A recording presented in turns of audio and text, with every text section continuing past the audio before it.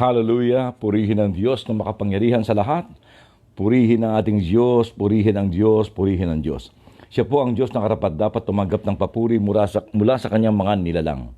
Mga kapatid, muli pong sama sa inyo ang ating pong aral, asal at dasal, long distance aralin.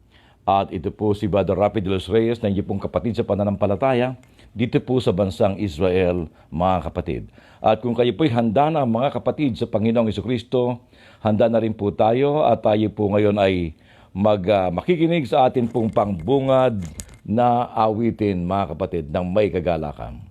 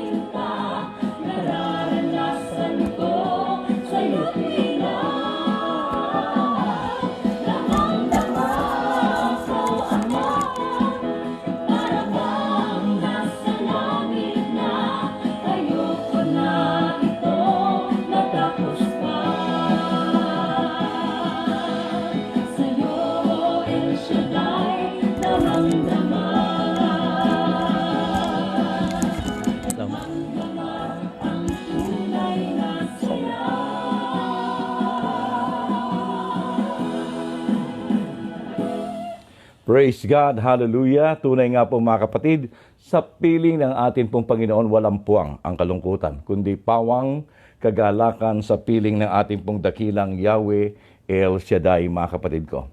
Hallelujah, purihin natin ang Diyos na makapangyarihan. At sa mga sandaling ito mga kapatid, Tayo po ay dudulog sa ating pong Panginoon at tayo po ay dadalangin sa Diyos na makapangyarihan sa lahat. Hallelujah, hallelujah, mga kapatid. Sandali lang po, ihahanda natin ang ating pong mga gagamitin na materyales para sa ating pong gawain ngayon, mga kapatid. At sa ngalan ng Ama, ng Anak at ng Espiritu Santo, Amen. Ama naming Diyos na makapangyarihan, pagpalain mo po ang araw na ito ng aming pag-aaral. At muli, dakilang Diyos, muli mo pong tumbasan, Panginoong Diyos, ang aming pong kauhawan sa iyong salita. Muli mo pong pakanin ang aming pong kaluluwa, dakilang Diyos. At sa iyong mga lumalapit ngayong gabi, Panginoon, kami iyong pagpalain, O Diyos na makapangyarihan, at i-bless mo kami sa lahat ng aming pong kinalalagyang lugar. At dalangin namin, Panginoon, ang aming mga kahiling ang itataas sa ilang saglit, ay iyong dinggin at pagpalain, at i-bless mo ang mga tahanan po namin, Panginoon, at lahat ng aming mga mahal sa buhay na malalayo sa aming pong piling. Pagpalain mo na rin, Panginoon, ang aming mga employer, ang aming mga trabaho, at i-bless mo, dakilang Diyos, ang aming kalusugan, pangkatawan at espiritual, at pagpalain ang lahat ng aming pagsisikap at pagpupunyagi, at patuloy mo kaming ingatan, dakilang Diyos, sa lahat ng sakuna, sa lahat ng mga karamdaman, dakilang Diyos, at kami panatilihin mong matatag ang aming pong pananampalataya. At minsan pang samahan mo po ng tanda at himala ang gabing ito ng aming pag-aaral sa iyong salita, Panginoon. At ikaw po ang aming tagapagturo, pagpalain mo, O Diyos, ang gabing ito ng aming pong pag-aaral. At ang lahat ng ito ay aming hiling at dalangin sa ngalan ni Jesus na aming Panginoon. Amen. In the name of the Father, Son, and of the Holy Spirit. Amen and amen. So mga kapatid sa Panginoong Jesucristo, hallelujah, pasalamat tayo sa Panginoon dahil naging matagumpay po ang gawain po natin sa Umbel Business Park, ang kauna-unahang pagtitipon o mass gathering matapos ang mga ilang buwan ng lockdown, mga kapatid ko, no? Almost mga 4 na buwan. At naging matagumpay ang ating pong gawain doon. Tuloy-tuloy na po ito at kasabay po niyan ang ganap na pagkalusaw at pagkawala ng COVID-19, mga kapatid. At ngayon, kung kayo po'y handa na, mga kapatid, ating buksan ang ating Biblia. Ito po yung gospel nung kahapon, Sunday, mga kapatid. Open your Bible to the book of Matthew, chapter 13, verses 24 up to 30. Matthew 13, 24 up to 30. Jesus told them another parable. The kingdom of heaven is like this. A man sowed good seed in his field. One night, when everyone was asleep, an enemy came and sowed weeds among the wheat and went away. When the plants grew and the heads of grain began to form, then the weeds showed up. The man's servants came to him and said, Sir, it was good seed you sowed in your field. Where did the weeds come from? It was some enemy who did this, he answered. Do you want us to go and pull up the weeds? They asked him. No, he answered, because as you gather the weeds, you might pull up some of the wheat along with them. Let the wheat and the weeds both grow together until harvest. Then I will tell the harvest workers to pull up the weeds first, tie them in bundles and burn them, and then to gather in the wheat and put it in my barn. Sa saling pagtagalog, mga kapatid, narito sinasabi, Matthew 13, 24 up to 30. Hindi natin lalagyan ng tanda, no? Hallelujah. So, ito na po, mga kapatid ko. Matthew 13, 24 up to 30. Ayan. Sabi po dito, inilahad din ni Jesus ang talinghagang ito sa kanila. Ang paghahari ng Diyos ay katulad nito. May isang taong naghasik ng mabuting binhi sa kanyang bukid. Isang gabi, samantalang natutulog ang mga tao, dumating ang kanyang kaaway at naghasik ng masamang damo sa triguhan. Nang tumubo ang trigo at magkauhay, lumitaw, lumitaw rin ang masasamang damo. Kaya't lumapit ang mga alipin sa puno ng sambahayan at sinabi rito, hindi po ba mabuting binhi ang inihasik ninyo sa inyong bukid? Bakit po may damo ngayon? Sumagot siya, isang kaaway ang may kagagawa dito. Tinanong siya ng mga utusan, bubunutin po ba namin ang mga iyon? Wag, sagot niya. Baka mabunot pati trigo. Hayaan na ninyong lumago kapwa hanggang sa anihan. At pag-aani, sasabihin ko sa mga tagapag-ani, tipunin muna ninyo ang mga damo at inyong pagbigkis-bigkisin upang sunugin. At ang trigo'y inyong tipunin sa aking kamalig. Mga kapatid, ang salita ng atin pong Panginoon. Salita mo'y panghahawakan ko. Salita mo'y tunay at totoo. Lahat ay nasa iyo, sapat sa buhay ko. Salita mo ay panghahawakan ko.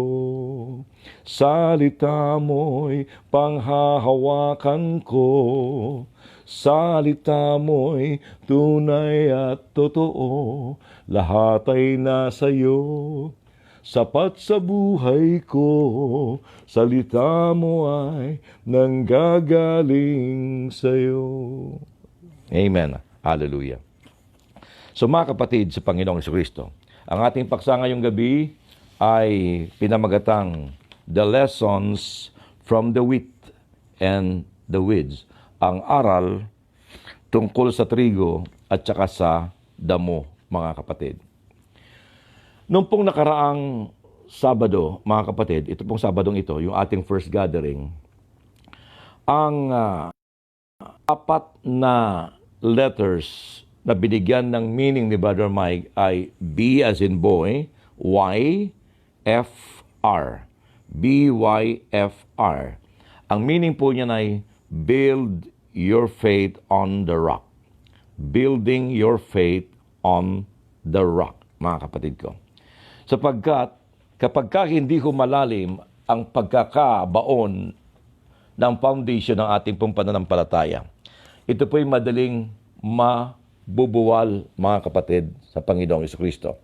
Alam niyo, mga kapatid, sa mga paggawa ng building, kung gaano kataas ang building, ganoon din kahalalim ang pagkakabaon niyon, mga kapatid. Ngayon, kung bato pa ang pinagtatayuan ng building, katulad sa Hong Kong, mabato. Rocky ang Hong Kong, mabato. Kaya doon, kahit sa mga bundok, nakatayo yung mga building, matataas, mga kapatid. At ganoon din ang nakita ko sa Jerusalem.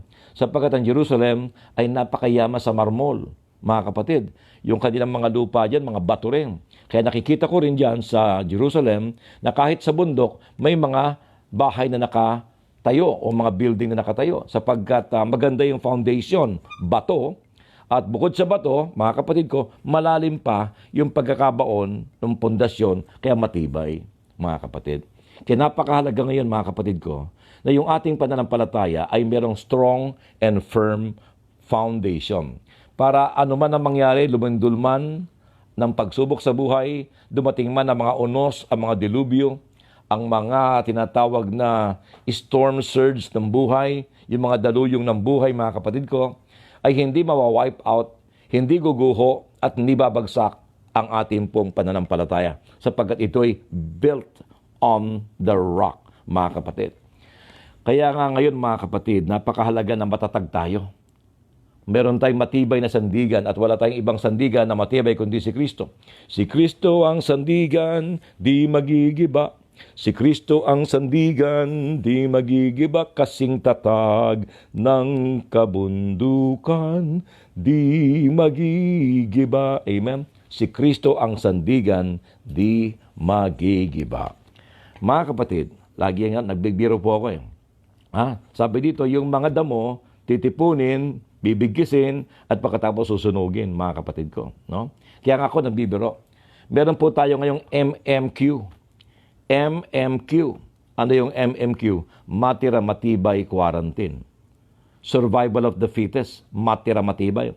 Kung sino yung malakas, Kung sino yung maresistensya, yun ang mananatiling nakatayo sa laban. Matira matibay quarantine. Spirituality, ganyan din sa ating spirituality. Pag matibay ang iyong pundasyon, matibay ang iyong pananampalataya, built on the rock, at walang ibang rock na tinutukoy kundi si Kristo, mga kapatid, matitira tayo. Tayo po'y matitirang nakatayo, matibay na matibay, mga kapatid ko. Tayo matitira sa laban. Matapos ang bakbakan at mahawi ang alabok, ikaw at ako ang mananatiling last man or last woman is standing victorious.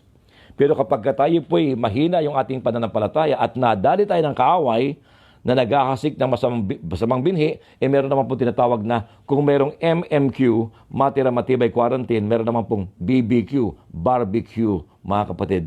Barbecue forever doon sa impyerno. Barbecue forever or chicharon forever sa impyerno, mga kapatid.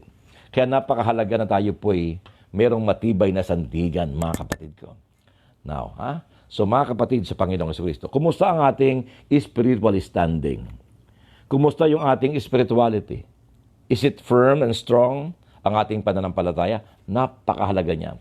Sapagkat sa mga sandali ng unos, sa mga sandali ng bagyo, sa mga sandali ng pandemya, sa mga sandali ng kawalan, kakulangan, walang trabaho, walang kinikita, sa sandali ng gutom o anuman, mga kapatid ko, talagang ang matitira ay yung matibay na may pananampalataya sa Diyos. Siya po yung mga nagiging mga survivors. Sila po yung mga nagiging overcomer, nagiging victorious sapagkat strong ang kanilang pananampalataya, mga kapatid. Ang ating pong title, Lessons from the Wheat and the Weeds. Mga aral sa trigo at saka sa damo, mga kapatid. Nadinig po nyo sa ating pagbasa at maging na nakaraang linggo patungkol sa paghahasik ang gospel. Last Sunday, meron pong sower, maghahasik, naghasik ng binhi. May 4 na lugar ang kinabagsakan. Iisang uri ang binhi. At yung binhi na yun ay good. Yun po yung Word of God. At yung sower, yung naghahasik ay walang iba kundi si Kristo Jesus, mga kapatid ko. Si Kristo po ay karpintero, hindi po siya magsasaka. Pero paano po siya naghahasik? Alam natin niya, yung binhi, yun po yung seed, yun po yun ang Word of God. So si Kristo, bilang karpentero, mga kapatid, ang kanyang paraan ng paghahasik ay hindi katulad sa farmer, kundi ang kanyang paghahasik ay sa pamamagitan ng pangangaral, pagtuturo, evangelization, mga kapatid ko. Doon siya naghahasik ng binhi sa puso ng bawat tao. At sa paghahasik nitong mga hahasik, itong sower, meron pong 4 na lugar na kinabagsakan. Yung binhi na mainam na binhi na bumagsak sa pathway at tinuka ng ibon na wala. Dahil wala nga akong nabaon sa lupa. Dahil tinuka nga ako ng ibon, di walang bunga. At merong isa bumaksak sa mabato. Dahil mababaw ang lupa, nag-ugat naman, kaya lang nung sumikat ang araw, natuyot, mga kapatid. Patay. Walang naging bunga. Yung isa naman ay bumagsak sa mga dawag. May lupa naman, umusbong siya, kaya lang, mga kapatid, na-choke siya unti-unti yung mga weeds doon, napalibutan siya, namatay din, mga kapatid. At yung isa naman na binhi ay bumagsak sa isang matabang lupa. Ito ang namunga, nag-uhay at namunga ng tig-100, tig-60 na po at tig-30, mga kapatid. Yun pong bumagsak doon sa may pathway, sa daanan. Ito po yung hindi gaanong naintindihan ng kanyang pinakikinggan dahil nga walang interest. Hindi dahil sa tinatago ng Diyos ang meaning. Hindi. Kundi wala siyang interest . Hindi naintindihan dahil wala nga interest. Walang taong bobo, mga kapatid ko. Kaya lang, minsan kaya natin naiintindihan at kung tayo pinag-aaral, mababa yung ating mga grade, interest makinig. Iba ang kanilang interest, mga kapatid. Yung isa naman, yung bumagsak sa mabato, mga kapatid ko, ito yung mga taong at first, ang sigla-sigla, kailan dumating yung mga pagsubok, nawala. Hot na hot, tapos biglang nawala. Sabi ko nga po, meron 3 uri ang tagapakinig. 3 uri ang tagapakinig ng Word of God. Number 1, the all-out Christian. Iyon talagang eager na eager, on fire. Ha? Kitang-kita mo, laging on the go. Punong-puno ng sigla, mga kapatid ko, the all-out Christian. Lumipas ang panahon, yun pong all-out Christian, naging time-out Christian. Ayan na, mga kapatid ko. Aatin na lamang pag nasa mood, pag type niyang umaten, o kaya minsan kapag may problema doon, nakakaalala, ayan po yung time-out Christian. Teka na. At mga kapatid, lumipas ang panahon, dumating ang mga pagsubok, dumating ang mga bagyo ng buhay, yung dating all-out Christian, naging time-out Christian, ngayon ay knock-out Christian. Ayan po. Yun pong pangalawang binhi, yun po yung mga knock-out. Tumubo, masigla, pero dumating ang pagsubok, ang problema, nanguluntoy, namatay. Yun naman pong isang binhi, nahulog po sa may dawag, mga kapatid.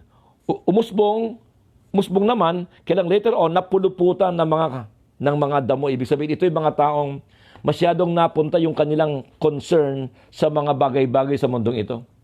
Sa mga pagkain, damit, etc., savings, ganito, sa kanyang mga concern sa buhay, kung kaya't yung salita ng Panginoon hindi nakapamunga. Pero yung ikaapat ay bumagsak sa matabang lupa. Ito yung talagang eager na pinakinggan, tinanggap at isinabuhay at siya ang namunga, mga kapatid. Ulitin ko po ang binhi na inihasik ay mabuting binhi, the Word of God, mga kapatid ko. So walang problema sa naghahasik. Walang problema sa binhi. Actually, ang Word of God hindi nakasalalay sa preacher. Sapagkat ang salita ng Panginoon ay meron pong likas na kapangyarihan, mga kapatid. Nakalagay po sa Hebrew 4:12, ang salita ng Diyos ay buhay at mabisa, higit na matalas kaysa alinmang tabak na magkabilay talim. Ito'y tumatagos maging sa pinaghihiwalayan ng kaluluwa at ng espiritu at ng mga kasukasuan at mga utak sa buto at nakakataho sa mga iniisip at binabalak ng tao. Ganyan kamakapangyarihan ang salita ng Panginoon. Sinasabi rin sa Lumang Tipan, mga kapatid, sa Salmo, the Word of God is like a fire and a hammer that breaks rocks into pieces. Ang salita ng Diyos ay para bagang apoy at martilyo o maso na dumudurog sa mga bato. Ganyan kamakapangyarihan ng Word of God. Meron siyang likas na kapangyarihan, hindi po nakasalalay sa galing ng preacher, mga kapatid ko. Ito'y nakasalalay sa nakikinig. Kahit ang isang preacher ay hindi ganong bihasa sa pangaral, basta't ang kanyang inibabahagi ay salita ng Panginoon. O kahit yan po'y hindi isang pastor ang nangangaral. Ikaw lang, binabasa mo.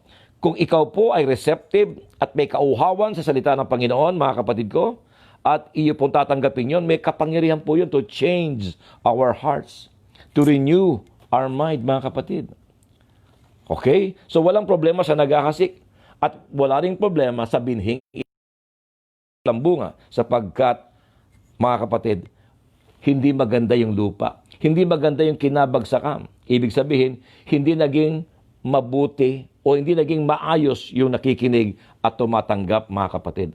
Poor listener, mga kapatid. Amen? At syempre, dahil mabuting binhi ang inihasik, sa makatwid, ang inaasahang bunga ay magandang bunga. Amen? Mabuting binhi ang inihasik. Therefore, ang inaasahan ng Diyos, ito'y magbunga ng mabuting bunga, mga kapatid. At napakahalaga ng bunga. At ang tinutukoy natin sa bunga ay masamang bunga, mga kapatid. Sapagkat sabi ng Biblia, you shall know them by their fruits. You shall know them by their fruit, not by their gifts. Hindi sa pamamagitan ng kanilang galing, sapagkat napakaraming magagaling at mahusay, mga gifted, talented. Pero minsan, sila ang nagiging problema sa mga gawain at maging sa loob ng simbahan. Yung mga matatalino, yung mga magagaling, yung mga gifted, yung biniyayaan ng Diyos ng husay, mangaral, mahusay mag-pray, mahusay kumanta, at may gift pagdating sa mga healing, mga kapatid ko, marami silang mga bright ideas. Ito minsan ang nagiging problema sa gawain o sa community. Ito yung mga natutukso na magrebelde, natutukso magtayo ng kanyang sariling community o ministry. Ito yung hindi mapasunod ng mga namumuno, mga kapatid, sa Panginoong Hesus Kristo. At yun po'y nangyayari kapag yung mga taong gifted at kinakikitaan ng galing at husay at mga talented ay hindi po namumunga, mga kapatid. Kapag tayo po'y may mga galing, mahusay, matalino, pero walang bunga, mga kapatid, yung ating pong galing ang magiging dahilan ng problema sa community. Kasi matutok sa malaki at magkaroon tayo ng mentality na I am doing you a favor by being here mentality. Pasalamat kayo, nandito ako. Paano kung wala ako? Paano kayo? Aber. Ayun. Amen? Yun po, pero kung meron siyang bunga, meron siyang humility, hindi niya ipagyayabang ang kanyang galing at husay. At yung kanyang gift, lalong magiging kapaki-pakinabang.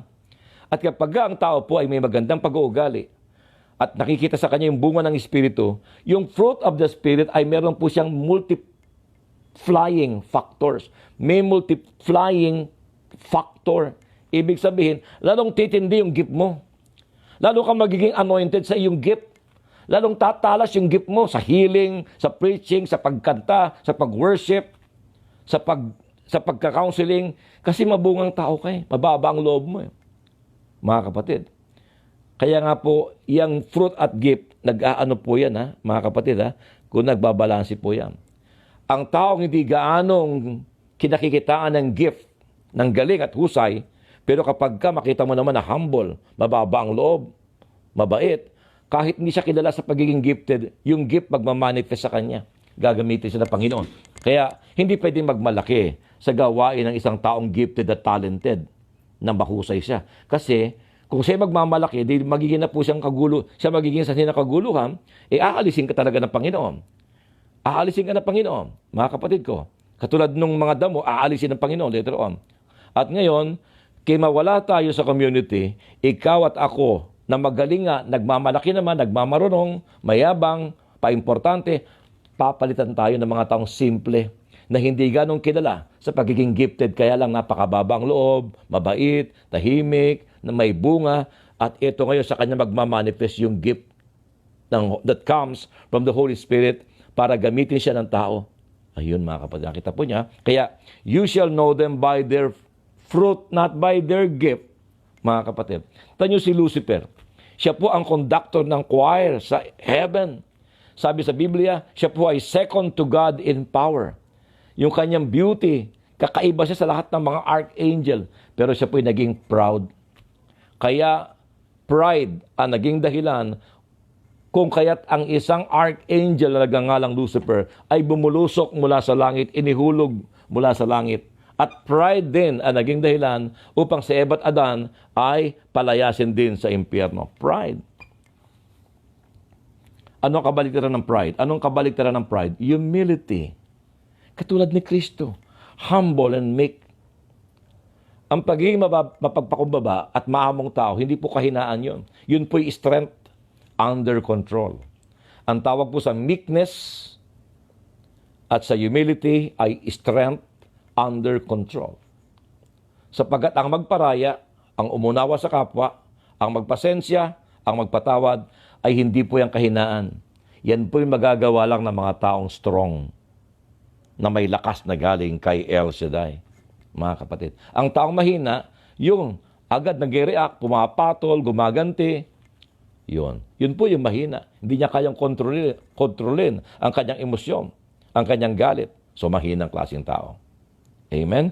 At bawat sandali na tayo po nadadala ng ating pong emosyon na hindi maganda, nagkakasala po tayo, mga kapatid. So, nagagamit tayo ni kaaway, ni Satanas, mga kapatid. Hallelujah. So, ang inaasahan ng Diyos ay magandang bunga, mainam na bunga. You shall know them by their fruit. Galatians 5:22. The fruit of the Spirit is love, peace, joy, goodness, kindness, faithfulness, humility, self-control. Siyam. Okay? Love, peace, joy, goodness, kindness, faithfulness, humility, self-control. Walo pala, mga kapatid. No? Yan po ang bunga ng Espiritu. At kapag ka namumunga ka, yung gift magmamanifest. Ha? Yung gift magmamanifest. Kakikitaan ka ng mga gift. Pag ikaw ay nilapitan ng isang tao, Sister Brad, ang sakit-sakit ang tiyan ko, pwede ba pray over mo ko? Kahit di ka kilala, sa pagiging gifted sa healing, pero dahil mabunga ka, mababa loob mo, yung taong lumapit sa'yo na inudyo ka ng Holy Spirit na lumapit sa'yo. Dahil siguro walang iba doon, walang elder doon, walang ibang preacher, lumapit sa'yo dahil mababa ang loob mo. At dahil lumapit sa'yo, palagay ko naman, di mo tatanggihan. Masakit yung tiyan at kilala ka niya bilang manggagawa. Lumapit sa'yo, sis, hindi ko na kaya, ang sakit tiyan ko. Pinatungan mo ng kamay. Gagaling yun. Magmamanifest ang gift ng Holy Spirit sa isang taong mababa ang loob, sa isang taong kinakikitaan ng bunga. Amen? Pero kung tayo po ay gifted nga, magaling, mataas naman ang kalooban, paimportante, akala mo kung sino, tatanggalin ng Diyos sa atin yan. Ililipat niya sa iba. Kasi yung gift natin, hindi nagiging kapakipakinabang dahil nga sa ating pagiging mayabang at paimportante, mga kapatid. Hallelujah. So, yan ha. So, yan ang bunga ng Spirit. Yan ang inaasahan ng Panginoon sa atin. Sa ating lahat na hinahasikam. Sa ating lahat na matagalan nakikinig ng Word of God. God is expecting something. Ano kanyang in-expect? The fruit of the Spirit. Kaya sabi ng Panginoon, hindi kayo ang pumili sa akin, ako ang pumili sa inyo, upang kayo humayo at mamunga at manatili ang inyong bunga. John 15, verse 16. Am I growing? Are you growing? Mga kapatid, sa ating pagbabalik-balik sa gawain, at sa ating pagbabalik-balik sa simbahan ting linggo, ting misa, God is expecting something. Kasi ting-ahatin tayo ng gawain, tayo po'y tinatamnan. Hinahasikan ng Word of God, ng pari at ng preacher. Ano nangyayari sa seed na yon? Mga kapatid ko, may nangyayari o wala? Anyari. Mga kapatid ko. Now, kumusta ang ating pong buhay? Now, ang kabaligtaran, mga kapatid, ng bunga ng Espiritu, ito. Binanggit ko yung bunga ng Espiritu. Love, peace, patience, yon, goodness, kindness, faithfulness, humility, self-control. Siyam po yan. Siyam pala. Mga kapatid. Now, ito kabaligtaran.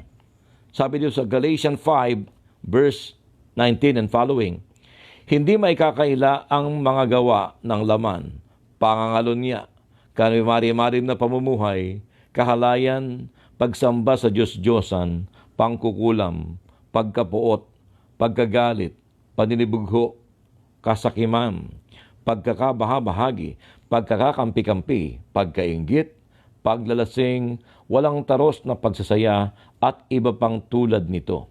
Binabalaan ko kayo, tulad noong una, hindi tatanggapin sa kaharian ng Diyos ang gumagawa ng gayong mga bagay. Yan po, yan yung laman kung tawagin, mga kapatid. So, yan po yung masamang bunga na hindi dapat makita sa atin. Ngayon, tanong, ano po ang dahilan ng kawalang bunga at di magandang bunga? Okay? Yun pong nalaglag na binhi sa pathway, sa may daanan, tinuka ng ibon, yung nalaglag sa manipis na lupa, sa mabato, yung nalaglag sa dawag, wala pong namunga doon. Nawala yung seed, namatayin, nanguluntoy, namatay, mga kapatid. Ngayon, ano dahilan ng kawalang bunga ng isang tao?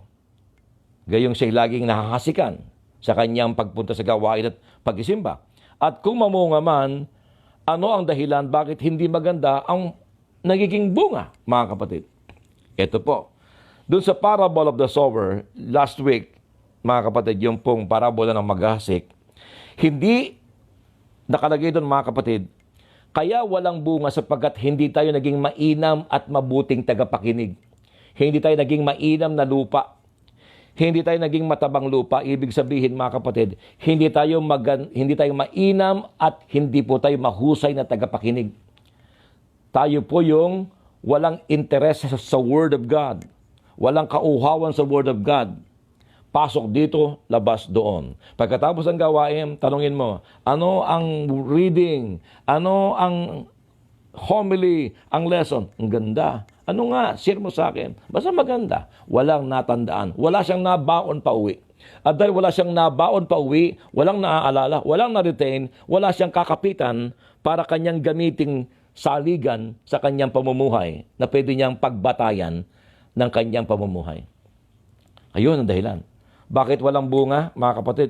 Kasi hindi ba inam na tagapakinig. Kumbaga sa estudyante, mga kapatid, bulakbol, school bukol, minsan pa-absent, wala sa gawain, pupunta lang sa gawain, magsisimba pag nasa mood at kapag ka may problemang mabigat. Pag wala, nakakalimutan ng ating Panginoon. At kung umaate naman, ang isipan wala roon, wala rito. Physically present but mentally and spiritually absent. Lumilipad ang kanyang isipan kung saan-saan. Wala sa focus sa Word of God at wala sa Panginoon. Kung makikinig lang tayo ng taimtim, hindi pwedeng walang titimo sa puso natin. Nasa pakikinig, mga kapatid ko, at nasa pagsasabuhay. Hallelujah. Kaya mga kapatid, nung ako po'y high school, ang bababaho ng grade ko, pasang-awa lang ako eh. Hindi ko dahil bobo ko. Hindi po ko lang hindi lang po ko mainam na estudyante.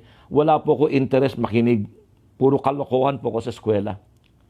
Kaya nakalagay doon active but talkative, mga kapatid. Puro kalokohan, laging laman ng guidance office, hindi nakikinig, mga kapatid ko. Hindi dahil bobo ko. Pero ako po yung nagkolehiyo, siyempre nag-mature ka ng edad at nakakilala na ako sa Panginoon, ako po'y nagsikap na mag-aral. At kahit pa nga hindi maganda yung aking foundation ng high school, dahil hindi ako nag-ayos ng pag-aaral ko ng high school, nung college na ako'y nakakilala na sa Panginoon at medyo may edad na rin, inayos ko. Kaya lang talagang napaghuhulihan ako. Anong ginawa ko? Nag-double time ako. Talagang first year college, second year college, talagang pasado naman, kaya lang medyo mababa. Pero nung ako'y nag-third year na, fourth year college, umayos na yung grade ko. Nagsipag na ako eh. Nakikinig na ako mabuti. Hindi na ako nakikinig. Kaya lang sinusulat ko. Kahit na parang este-esteno yung aking sinusulat, ako lang nakakaintindi. Amen? Kaya pag hindi ko natin binago yung ating pag-uugali sa loob ng gawain at sa loob ng simbahan, na tayo po'y parang mga school bukol, mga kapatid, na tamad makinig, wala po mangyayari sa atin. Pagdating ng dilubyo ng buhay, pagdating ng kaaway, yung diablo, wala tayo, bagsak po tayo. MMQ, matira matibay quarantine, BBQ, barbecue, chicharon forever sa impyerno. Matutulad tayo sa damo na itatapon sa apoy susunugin. BBQ, mga kapatid. Hallelujah. Glory to God. So mga kapatid, ano naman ang isang dahilan bakit namunga nga, kaya lang hindi maganda naging bunga? Dahil nakapapasok ang kaaway at naghahasik doon sa bukid, di po ba? Maganda yung inihasik ng may-ari. Kumbaga, first class yun, seed na wheat. Kinabukasan, mga kapatid, nung umaga na, napansin ng mga trabahador na may mga damo. Sabi niya, Sir, di po ba mabubuting binhi yung inihasik natin? Saan po nang galing itong mga damong ito? Sabi ng may-ari, galing yan sa isang kaaway. Galing yan sa isang kaaway. Kaya mag-ingat tayo. Amen? Kaaway. Yun. Kaya hindi maganda nangyayari sa atin, mga kapatid. Sa ating pakikinig, umiiral pa rin yung ating pangit na pag-uugali na parang walang nangyayari sa binhi. Sapagkat walang makitang bunga sa atin at sa halip, ang nakikita ay yung mga ugali po natin hindi maganda sapagkat nakapasok sa atin ang kaaway. Na-influence tayo ng ating kaaway o ng enemy, mga kapatid, sa Panginoong Hesukristo. At kailan po siya dumadaluhong? Kailan po siya lumulusob? Kapag tayo po'y tulog. Di ba sabi doon? Habang sila natutulog, dumating ang kaaway at nagasik ng masamang binhi. Ngayon, mga kapatid ko, narito ang lesson ng ating pong parable. The lessons from the wheat and the weeds. Number 1, ito yung unang lesson. Our gospel teaches us that there is always a hostile power in the world seeking and waiting to destroy the good seed. May kaaway, mga kapatid. Public enemy, number 1. Sino yan? Satan. Hindi na Lucifer, ha? Yung Lucifer, yun ang pangalan ng archangel nung hindi pa siya nagre-rebel against God. Kaya ang napakaganda ng pangalang Lucifer, sapagkat si Lucifer, creation ng God, mga kapatid. Ang ibig sabihin ng Lucifer, the bearer of light. Lucy means light. Tayo Lucis, ha? Yan. Lucy. Okay? Mga kapatid ko. Means light. Fer, bearer. Lucifer, the bearer of light. Tagapagdala ng liwanag. Nung siya nag-rebel against God, nag-rebelde. Tandaan po nyo, hindi po si Lord Jesus ang nagpatalsik sa kanya sa heaven. Huwag po nating minamatch si Lord Jesus kay Lucifer. No match yun si Lucifer, mga kapatid. Pag itinapat natin si Kristo as if na para bagang ang kalaban talaga ni Lucifer, si Kristo, mga kapatid, insulto yun sa pagka-Diyos ng ating Panginoon. Ang itinapat lang ng ating Panginoon kay Lucifer ay si Archangel Michael. Nakapareho niyang Archangel. Hindi nga ginamit ni Jesus yung kanyang lakas dun Ha? Ang itinapat niya lang, yung kanyang creation din na si Archangel Michael o San Miguel para ihulog si Archangel Lucifer. At nung inihulog si Lucifer from heaven, kasama niyang inihulog ang 1/3 of angels from heaven. Ito po yung mga fallen angels o mga demons. Kaya huwag kayong papayag na, Brother Rapi, hulog ka ng langit. Huwag kayong papayag na hulog ng langit sapagkat fallen angels po yun mga kapatid, ang nahulog sa langit, si Lucifer at saka yung 1/3 of angels. Pwede pa sabihin, Brother Rapi o sister, biyaya ka ng Diyos, pero hulog ka ng langit. Mga kapatid. Ayusin natin mga kapatid. Okay. So, 1/3 of angels. So, may kaaway, mga kapatid. May kaaway. At ang pangalan niya ay Satan. Ayun, napalitan na. From Lucifer to Satan. Ang ibig sabihin ng Satan ay enemy or adversary. Satan. At ang sabi sa Biblia, sa sulat ni Pablo, Satan is the prince of this world. Si Satan is the prince of this world. Seemingly, wari bagang siya, talagang siya. Ang Diyos talaga, ang hari ng mga hari. Kaya lang, kung iyong titingnan ang kasamaan sa paligid, wari baga, para bagang talagang si Satan ang prince of this world. Para baga, mga kapatid. Sapagkat hindi pa lubos na tumatanggap kay Jesus ang mga tao. Napakarami pa rin tao na nai-influence ng kaaway, mga kapatid. Amen? So there is a hostile power, an enemy, na nais sirain, mga kapatid, itong seed. At ang ginagamit ni Satan to attack us is his power to influence. Ayun. His power to influence, mga kapatid. Tanyo mga kapatid. Palibhasa ang Diyos, creation niya, si Lucifer, at ang mga archangel, natural, merong influence ang Diyos sa kanila sapagkat siya yung lumikha doon. At dahil may influence ang Diyos kay Archangel Miguel o Michael, inordera niya lang, okay, Michael, bahala ka na kay Lucifer. Ayun. Si Satan ngayon, nandito sa himpapawid na ito, sa ating kinalagyang mundo, mga kapatid, ang kanyang ginagamit ay yung kanyang power to influence you, to influence me, to influence us. Gaano kalakas ang influence ni Satan sa iyo? Sa akin, sa ating lahat. Tuwing tayo po'y nadadala ng galit, tuwing tayo po'y nadadala ng kalaswaan, kahalayan, nadala tayo ng pagkataksil sa ating mga mahal sa buhay, nagtaksil tayo sa ating asawa, na-influensyahan tayo ng demonyo. At hindi spirit ni Kristo ang naka-influence sa atin, but the spirit of Satan, the spirit of the enemy, mga kapatid. Tuwing tayo po'y magagalit, magmumura, makikipag-away, mag-isip ng masama, magsasalita ng masama, mga kapatid ko, ang nakaka-influence sa atin ng spirit ay hindi kay Lord, kundi spirit ni Satan. The spirit of our enemy. Enemy, public enemy, number one, mga kapatid. 1 Peter chapter 5 verse 8, it says, "Be on watch. Your enemy, the devil, roams around like a roaring lion, looking for someone to devour." Inihalin tulad ni Peter ang diablo sa lion. Mapagmasid si Peter, mga kapatid. Sa mga panoorin sa TV, patungkol sa mga hayop, mga kapatid, no? sa mga Discovery Channel, mga kapatid, makikita po nyo, yung mga wild animals sa forest, ha? Ang lion ang sinasabing king of the jungle. At tawag sa kanya, predator.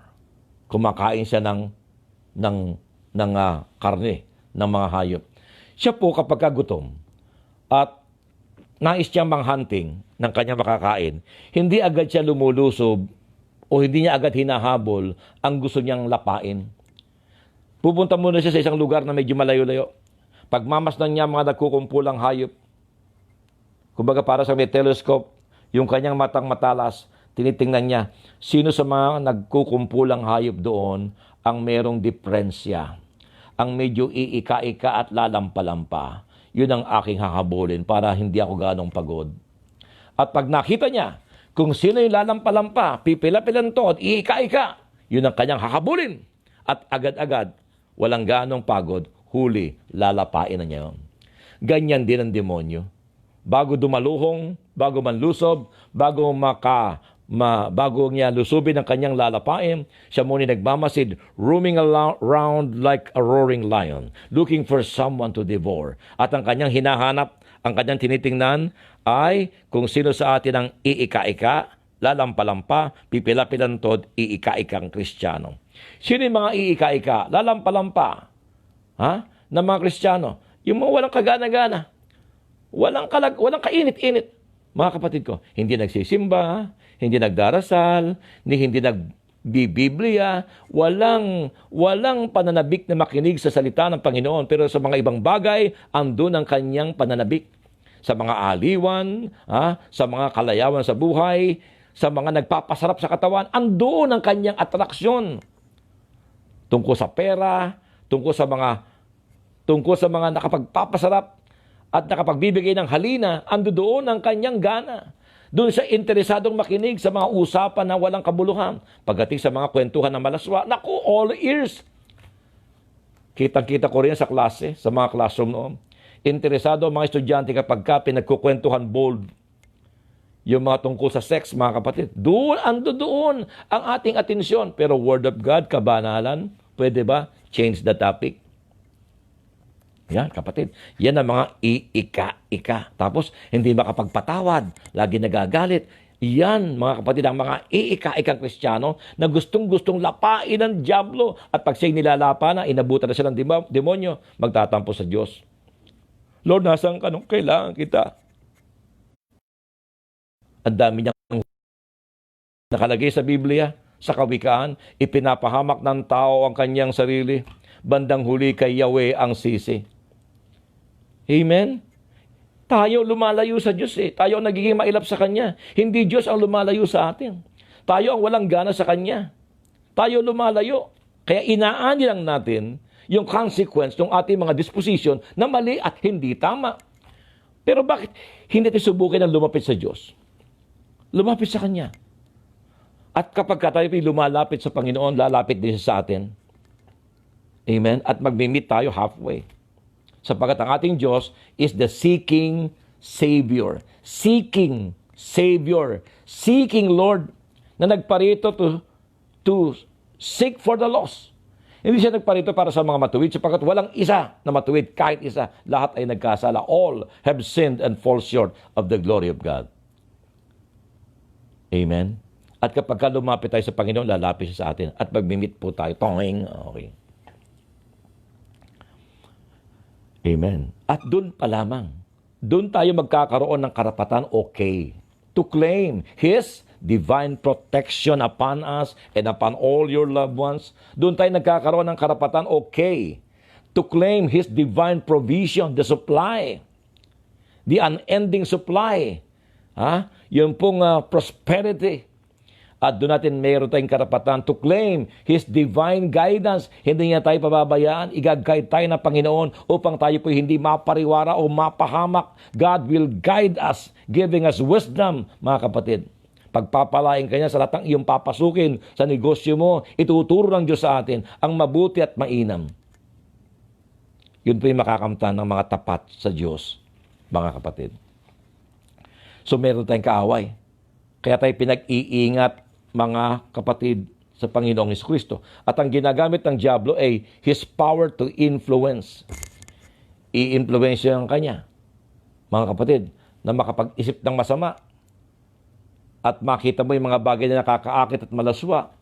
I-influensya ang kanya na iwanan mo yung iyong asawa para sumamatay sa iba.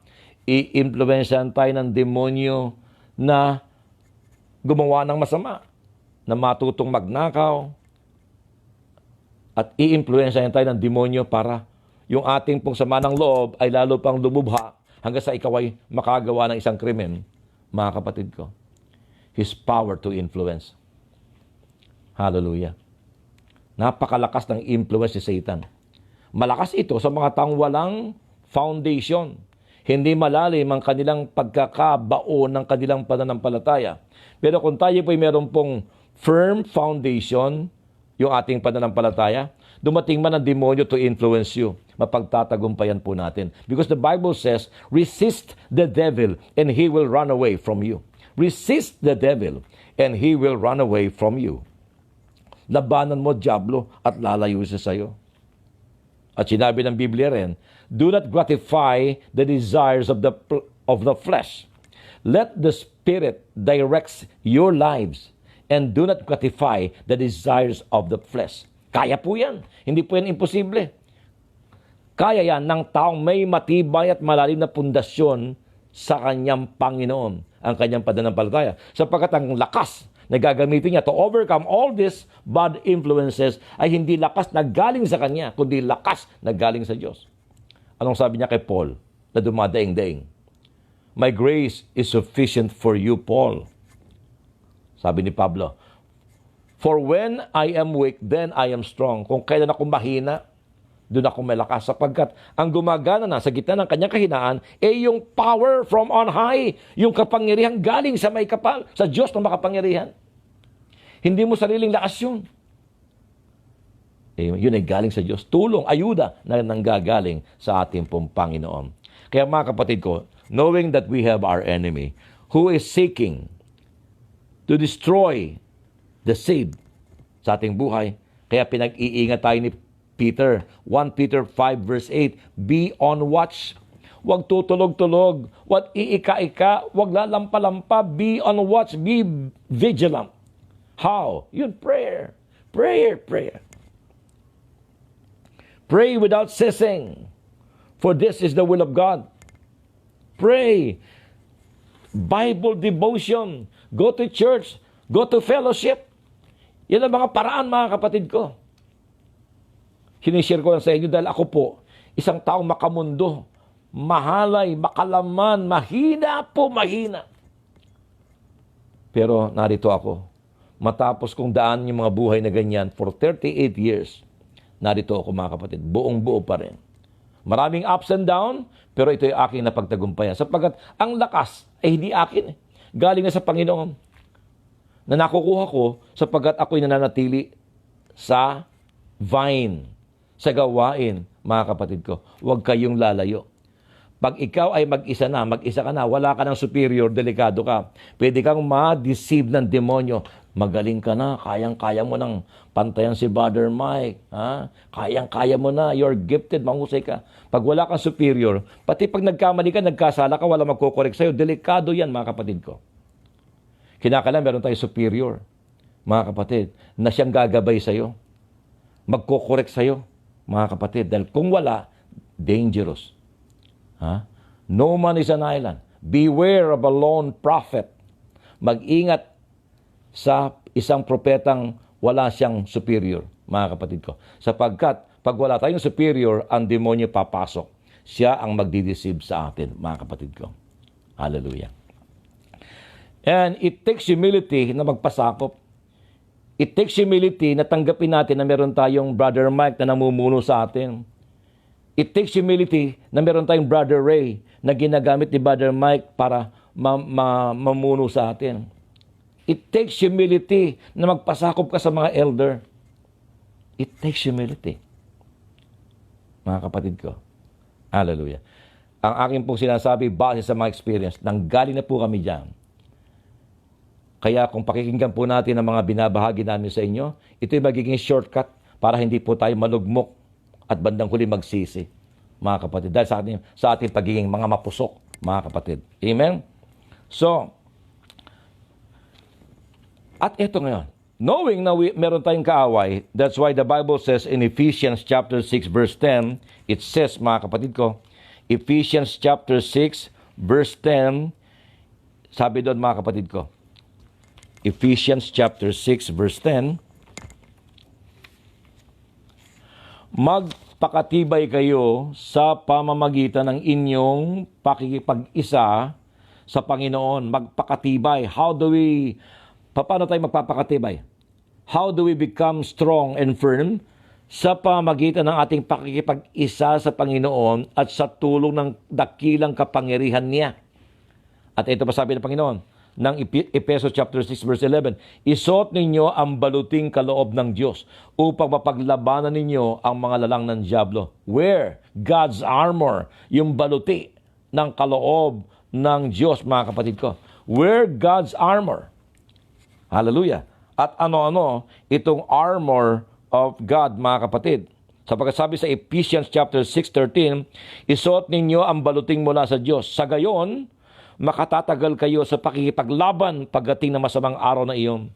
At pagkatapos ng inyong pakikipaglaban, matatag pa rin kayong nakatayo. See, wear God's armor, mga kapatid ko.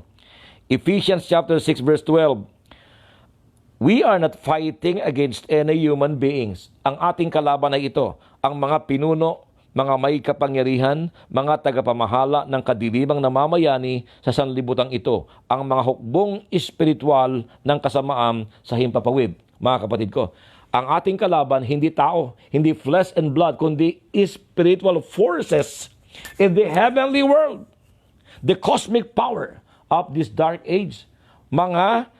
Sabi dito, mga masamang mga pinuno at tagapamahala ng kadiliwang namamayani sa sanlibutan ito, mga hukbong espiritual ng kasamaan. At anong kanilang ginagawa? Influencing us, influencing you. Napakarami na po ang mga tahanang nasira dahil na-influensyahan yung mag-asawa. Mga kapatid, kaya nasira. Broken homes, broken marriages, mga kapatid. Napakaraming kasamang nagaganap sa mundo kabi-kabila sapagkat napakalakas ng influence ng diablo, mga kapatid. Hallelujah. Kaya ang mungkahi dito sa Efeso, isuot ang baluti ng Diyos. Wear God's armor. Ano-ano yung God's armor? Ito po, Ephesians chapter 6 verses 14 to 17. Isuot ninyo bilang bigkis. Pag sinabing bigkis, yun pong belt. Bigkis, ang katotohanan. Isuot as our belt yung truth, katotohanan. Because sabi ng Panginoon, I am the way, the truth, and the life. Katotohanan. At makikita niyo ang katotohanan dito sa Biblia, kapatid ko. Anong kabaligtaran ng katotohanan? Anong ginagamit ng diablo? Na ginagamit niya to influence us? Lies. Satan is the father of all lies. Napakarami pong na-deceive ng demonyo at na-influensyahan because of his lies. Pero sabi nga isuot ang inyong belt o bigkis, ang katotohanan ng bigkis o belt. At yung pantakip sa dibdib, ang tawag breastplate, bakal po yan. At ilagay sa inyong dibdib, bilang takip ng inyong dibdib, ang baluti ng pagmatuwid, righteousness. Ang pagiging matuwid, hindi baluktot ang ugali, kundi matuwid. Matuwid, righteous. Hindi lang religious, but righteous. Kasi maraming religious, but not righteous. Laman ng simbahan, pero disprosanto ang mga ugali, napakahirap mong ispelengin. Napakatataray, mga maldita, etc. etc. Righteousness, ang pagiging matuwid.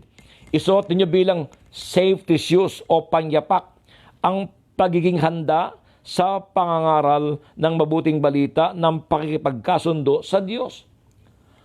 Be ready, readiness na i-share natin yung mabuting balita kung paano ang tao makikipagbalikan sa Panginoon, makikipagkasundo sa Panginoon. By saying to them, kapatid, mahal ka ng Diyos, kahit ano ka patanggap ka niya, lumapit ka lang sa Panginoon, isuko mo lang buhay mo sa Kanya, naintindihan ka niya. Hindi mo kinakailangan bitawan ng lahat bago ka lumapit sa Kanya, sapagkat di mo kayang bitawan yan without His power, yung tulong ng Diyos. Lumapit ka sa Panginoon as you are, dala yung mga karumihan mo, dala yung mga pasanin na kung ano-ano, at si Lord ang tutulong sa iyo para mabitawan mo yan. Iniintay ka niya. God loves you as you are. Mahal ka ng Panginoon. Yun, huwag natin ikahiyang i-announce. Na ready, lagi tayong ready to announce the good news patungkol sa pakikipagkasundo ng tao sa Diyos, na may Diyos na nag-iintay sa tao. Nag-iintay. At walang kasalanan hindi niya kayang patawarin. Maliban sa kasalanan ayaw natin ihingi ng tawad. Ibig sabihin, kahit gaano kasama ng isang tao, kahit gaano katindi ang kanyang ginawang pagkakasala, the moment na siya magpakumbaba at humingi ng tawad, patatawarin siya ng Panginoon. At taglayin niyo bilang kalasag o panangga, ang tawag shield, panangga, ang faith, ang pananalig kay Kristo bilang panangga't pamatay sa lahat ng nagliliyab na palaso ng masama. Panangga natin yung pananampalataya.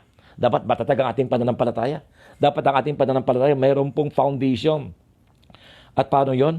Word of God nga po, mga kapatid ko. At ang helmet, sa mga construction, napakahalaga ng helmet. Sa mga nagbomotor, mahalaga helmet sapagkat ang ulo, pag nabagok, delikado. So, helmet, ano yung helmet natin? Kaligtasan. Yung ginawa ni Kristo sa krus 2,000 years ago on the bloody hill of Mount Calvary, panampalatayanan mo, ligtas ka na. Niligtas ka ng ating Panginoon by His blood. Ang kanyang dugo, ang kanyang ibinuwis alang-alang sa ating kaligtasan, mga kapatid ko.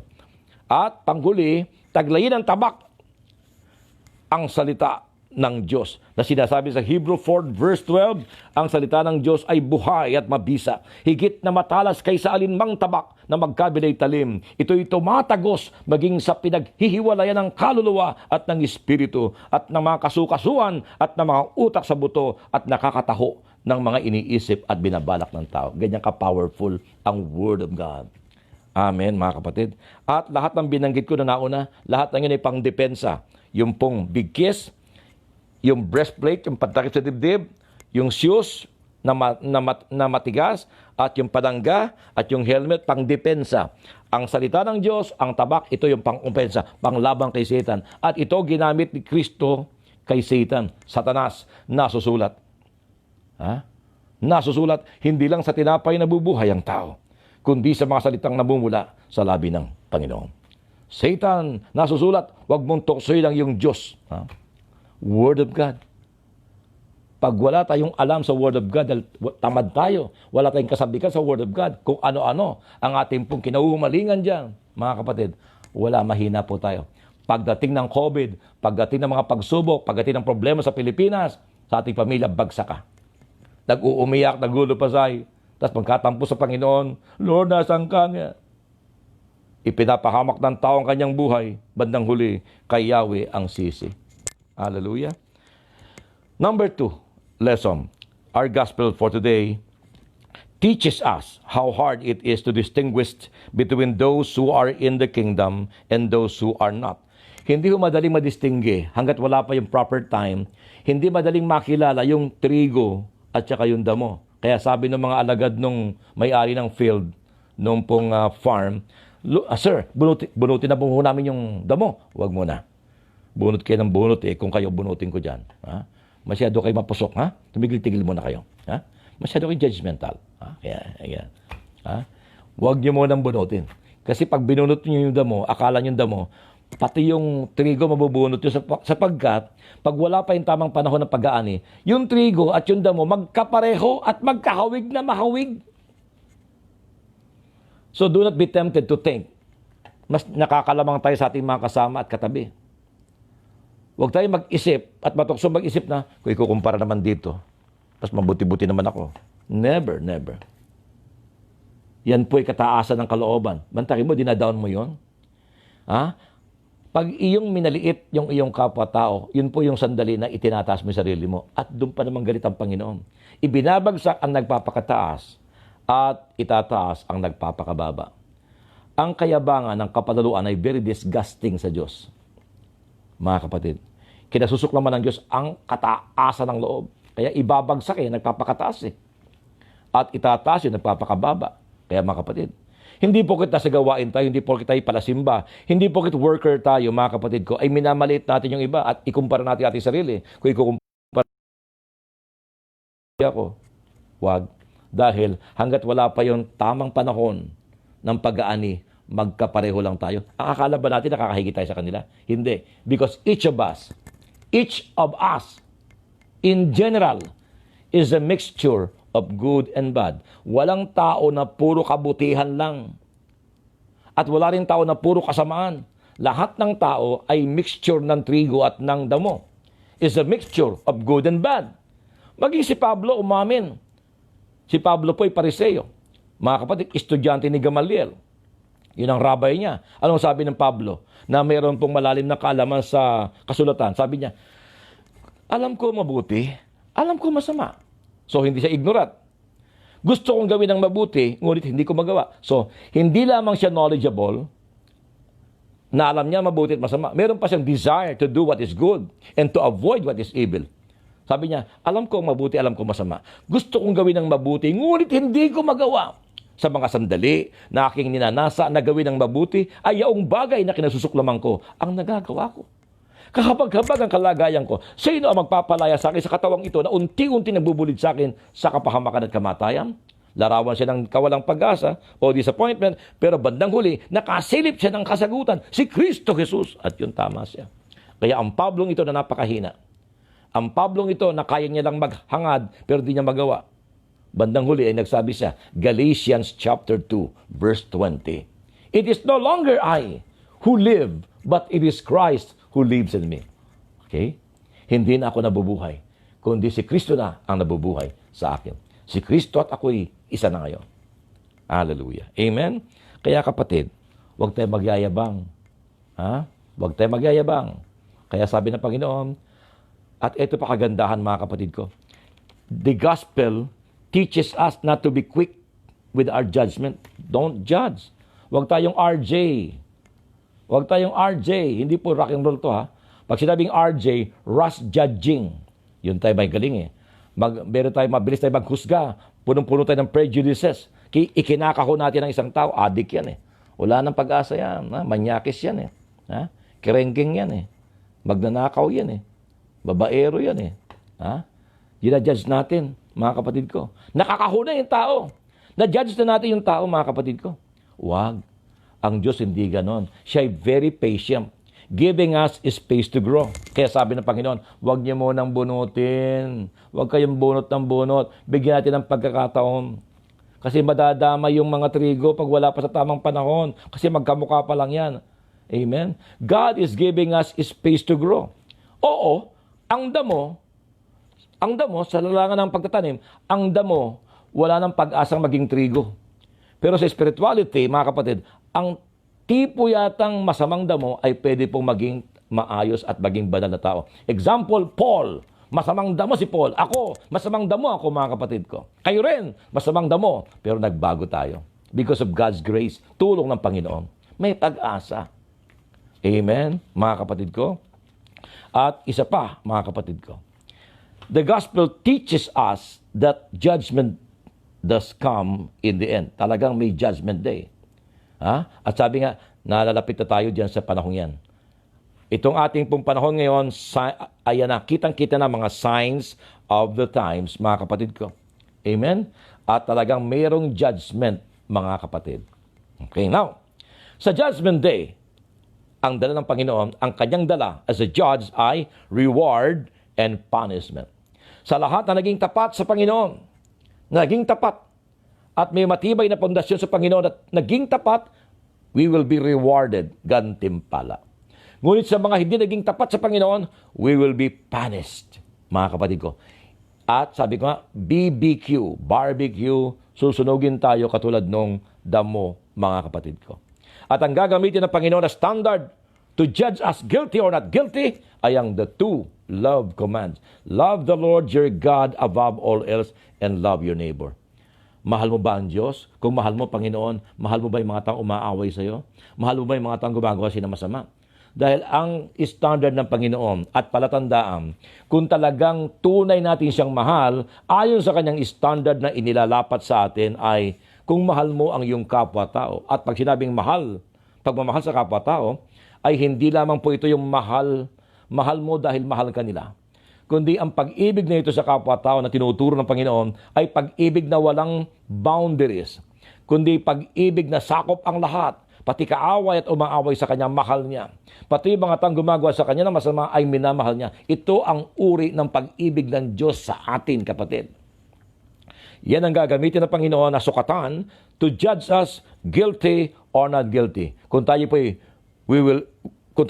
bigagantimpalaan o parurusahan. At bandang huli, lastly, the gospel teaches us that the only one who has the right to judge is God, not you and me.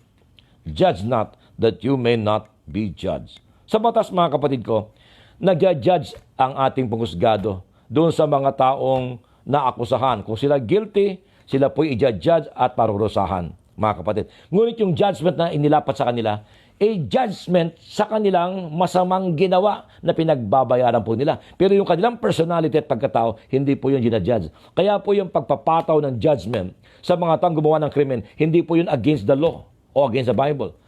Ipinataw lang yung pong punishment na judgment sa kanila bilang kabayaran sa kanilang ginawang kasalanan, mga kapatid. Sapagkat meron silang kasalanan ginawa sa batas. At hindi ginajudge yung kanilang pagkatao na ikaw na nakapatay at kinulong, wala ka ng pag-asa, kaya dapat patayin ka na. Hindi po ganon, mga kapatid ko.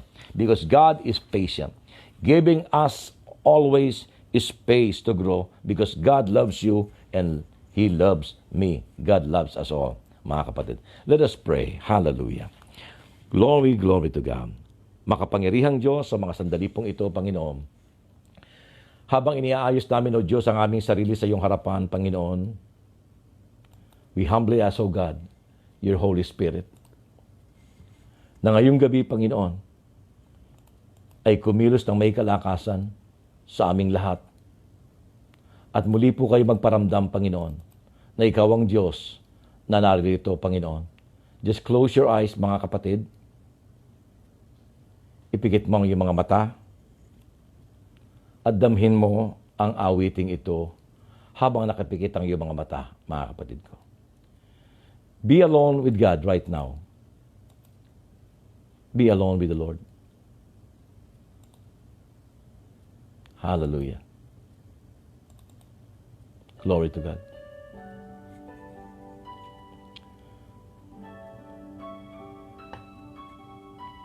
Dinggin mo ang awiting ito, kapatid.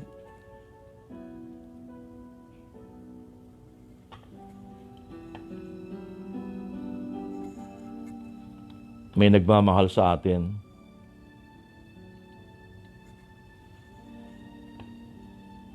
Mahal kita kahit ganyan ka. Yes, Lord God. Mahal kita Damhin niyo ang kanyang pagmamahal. kahit makasalanan ka. Ang palad ko'y laging bukas, laging handa at naghihintay sa'yo. Jesus loves you. He is waiting for you. He's waiting for you. Mahal kita kahit ganyan ka. Lord God, yakapin mo kami. Mahal kita kahit makasalanan ka. Salamat, Lord, sa pangunawa. Salamat po. Ang palad ko'y laging bukas, laging handa at naghihintay Sa Kanya ka kumapit. Sa Kanya ka lumapit. sa'yo. Hindi ka niya itatakwil, hindi ka niya pandidirihan. Ikaw ay kanyang yayakapin. Dahil mahal ka niya, mahal na mahal ka niya. mahal kita, kaya't buhay ko'y nialay sa'yo. Mananatili siyang nagmamahal sa iyo. Mahal kita, Hindi ka niya iiwan, ibig ko'y di na magbabago. hindi ka niya pababayaan. Lumapit ka sa kanya. Gaano karami at karami ang iyong sa Lilinisin ka niya. Lilinisin ka niya. isip ko at babaguhin ang puso mo. Yes, Lord, yan. Hallelujah. Kita Thank you, Lord. Lord, yakapin mo kami. Pagalingin mo ang aming mga sakit at mga karamdaman. mahal kita, At hipuin ang mga mahal namin sa buhay. makasalanan ka. Lord, kami iyong kaawaan. Palad ko'y lagi Pagalingin mo po, Panginoon, ang mga may sakit at may karamdaman. Mula ulo hanggang talampakan. Let your healing flow. And let your forgiveness flow upon us, Lord. Kapatid, paniwalaan mo't dinggin na mahal ka niya. mahal kita, kaya't buhay ko'y nialay sa'yo. Mahal kita, pag-ibig ko'y di na magbabago. Tanggapin mo, kapatid, ang kapatawaran, ang kagalingan at kalakasan, ang kapayapaan, hatid ni Kristo sa iyo.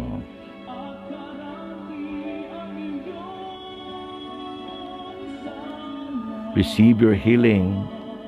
Receive your healing. Isip ko at babaguhin ang puso ko. Hallelujah.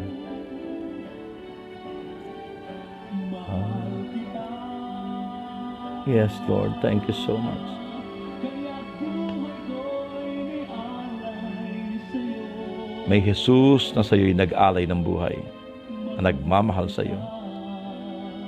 Pag-ibig ko'y di na magbabago. Let the peace of Christ be upon you right now. Receive His blessing upon you and upon all your loved ones. Yes, my Lord. Lilinisin ko at babaguhin ang puso mo. Thank you so much, Lord. Thank you. Kahit na anong karumi, Salamat po. marami ang iyong sama. Lilinisin ko at babaguhin ang puso mo. Thank you, Jesus. Glory to God. Hallelujah. Praise be the name of the Lord. Hallelujah. Claim your blessing right now. Claim your forgiveness, your healing, your blessing. Claim God's peace right now. And claim God's provision and guidance upon you and upon all your loved ones. Itaas natin kay Lord ang inyong mga kahilingan, mga kapatid. Hallelujah. At ang lahat ng sangkap na nais yung pagpalain ng ating poong may kapal. Pagpalain mo naman, Panginoong Diyos, ang tahanan ng aking mga kapatid na kanilang kinilalagyan at ang tahanan namin sa Pilipinas kasama ng aming mga mahal sa buhay. Pagpalain niyo po, Panginoon, ang kanilang kahilingan at i-bless, Lord, O God, ang kanilang lugar dalangin ng kanilang altar at pagpalain mo ang lahat ng sangkap ng kanilang tangan-tangan, ang mga tubig, ang mga panyo, langis at ang kanilang altar ay iyong pagpalain at ang lahat ng sulok Panginoon, sa kanilang tahanan. At pagpalain mo rin lahat ng nananahan sa tahanang yaon.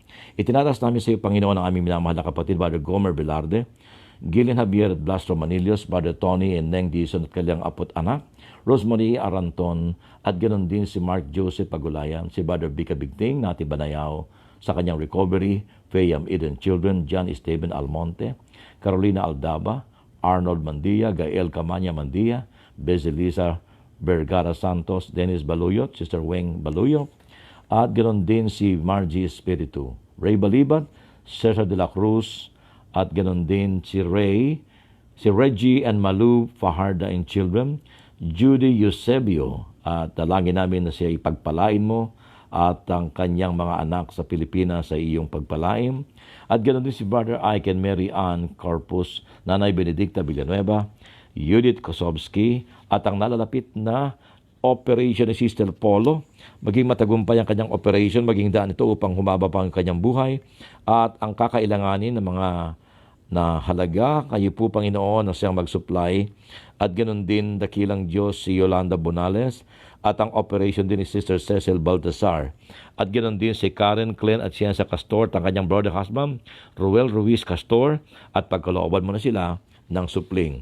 Ganoon din si Lilibet Riparip, Dr. Teresa Lirio Montanola, Nanay Norma Cantos, at si Sister Bel Marcos, si Brother Kim Care Kent Noel Villanueva, and Sister Mirna Villanueva, at ganoon din si Sister Maria Ranton, Sister Early Abiliera, Melba Tridente, Sister Neri Perez, Panginoon, at ganoon din si Abe Rijalia, Julie Santiago and family, Len Dorado and family, Lorna Bellarmino, Danny Crisaldo, Reynaldo Davia, si Annalisa Makatangay, Francisco Flores, at ganoon din si Mordecai Nisim, si Akiba Rostain, si Leia Rostain, Janet Tacuel, June Emily Bercasio Gayol, at ang kanilang anak sa France.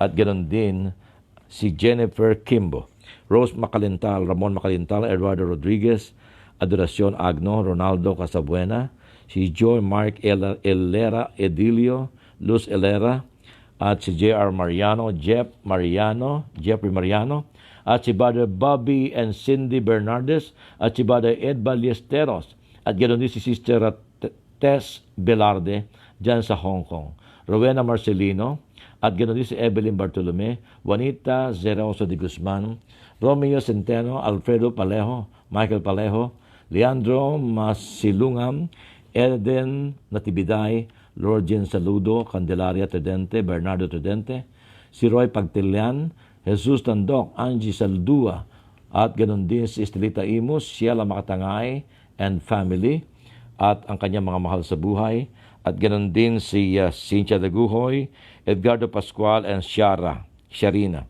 si Raina Moral, Cristina Domaraos, Evelyn Climaco, at ganoon din ang ating minamahal na punong lingkod, Brother Mike Velarde, at si Brother Ray Vargas, Brother Jotan Yahura, ang ating mga elders and preachers, gospel choir and band, ang ating mga technician workers, ang ating Pangulo, Gabinete at Santo Papa, at ang mga word leaders, ang ating pong mga frontliners, mga kapatid, at ang mga pamilya ay patuloy na patatagin ng Panginoon. Ang gawain sa Israel ay itinatas namin at ang lahat ng workers dito, Panginoon, at pagpalain mo ang sangdaigdigan at ganap na lusawin, linisin ang himpapawid at kapaligiran, at ganap ng mapawi ang pandemic na ito na dulot ng virus ng COVID-19.